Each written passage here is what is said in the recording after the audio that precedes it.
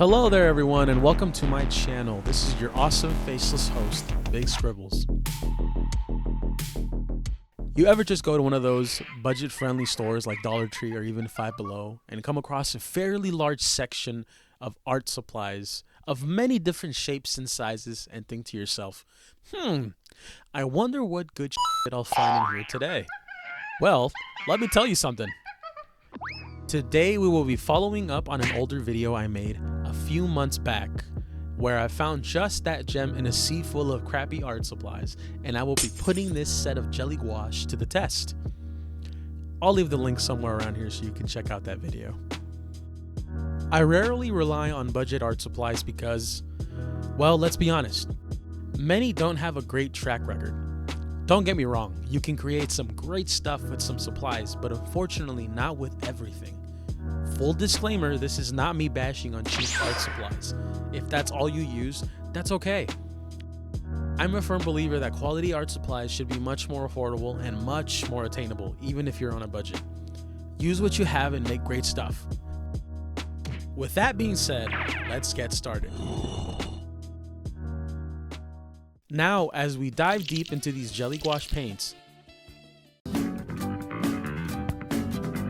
I'm letting you all know I am no amazing portrait painter and I'm mediocre at best. Could be the imposter syndrome coming out of me. I guess we'll find out once this painting is finished. To save you all the trouble of watching me sketch this, since this isn't a draw with me episode, shameless plug, I know. I'll leave the link below. I have already provided the complete sketch of this magnificent beast of a man. So starting off this testing, I used the red sauce packet, watered it down a little bit, and did an underpainting that, in my opinion, might look really nice. I'm no expert, so f*** off. I'm experimenting. The only other gouache I've ever used was the Winsor & Newton designer gouache, and a bit of the Arteza tubes as well. Or Arteza, however you call it. I know nothing about acrylic gouache, but maybe down the line, I'll order myself a set and test it out for y'all to see what exactly is the difference, and by comparing it to water-based ones. Before that even happens though, I'll remind you that you can help me by liking and subscribing so I can keep coming back to review art supplies and creating these dumb little videos that might not even be watched half the time. I enjoy making them, but I'd enjoy it even more if I was getting a little something to help me fund some products, if you know what I mean. Anyways, getting back to the project at hand, the underpaint is now dried and it looks quite vibrant and clean, more than I expected. From what I've been looking at, I don't see much streaking. But you know, it involves some skill on my part. Incredible how creamy I made this skin tone.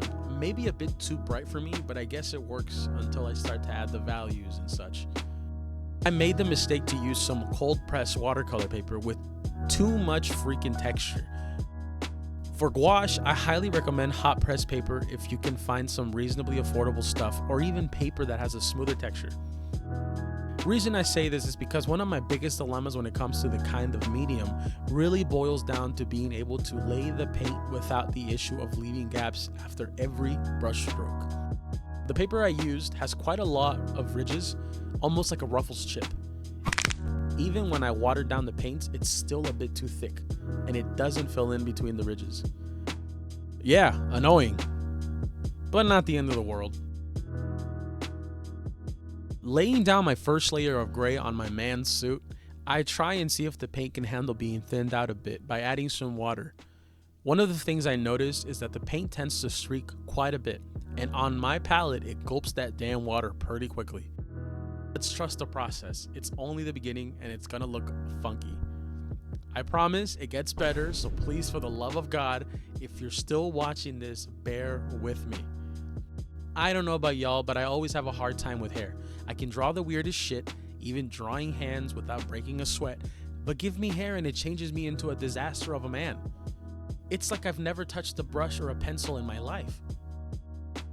Okay, maybe that's an exaggeration, but I swear I suck booty at drawing or painting hair.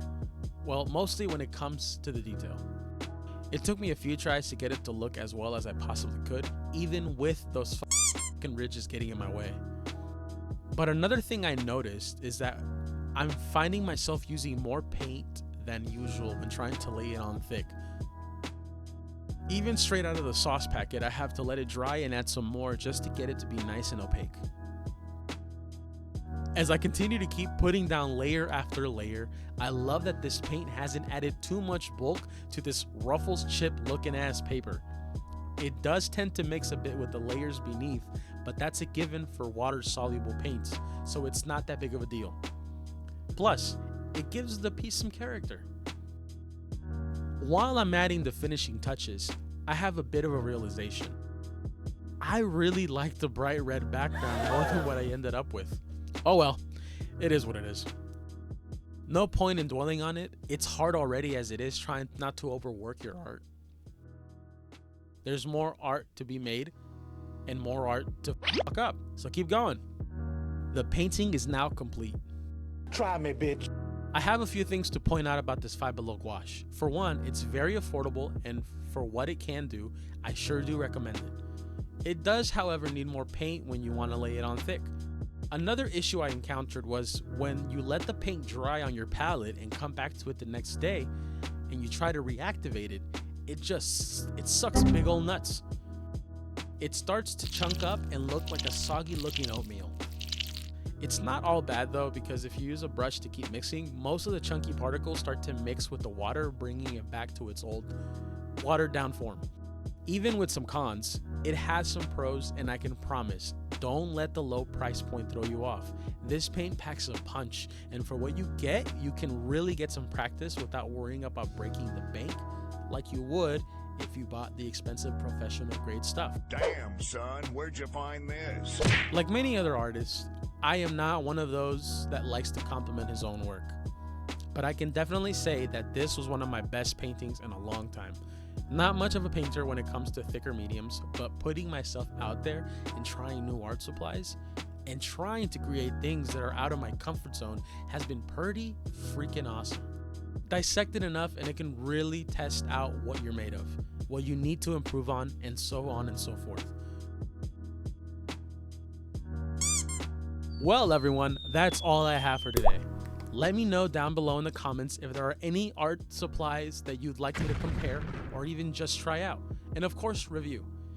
I want to thank you so much for watching and supporting my channel, and one of the best ways to help me out is to like, comment, and of course subscribe. Go on, touch the button. All right now, shoo, get out of here. Go make some art and make the world a more colorful place.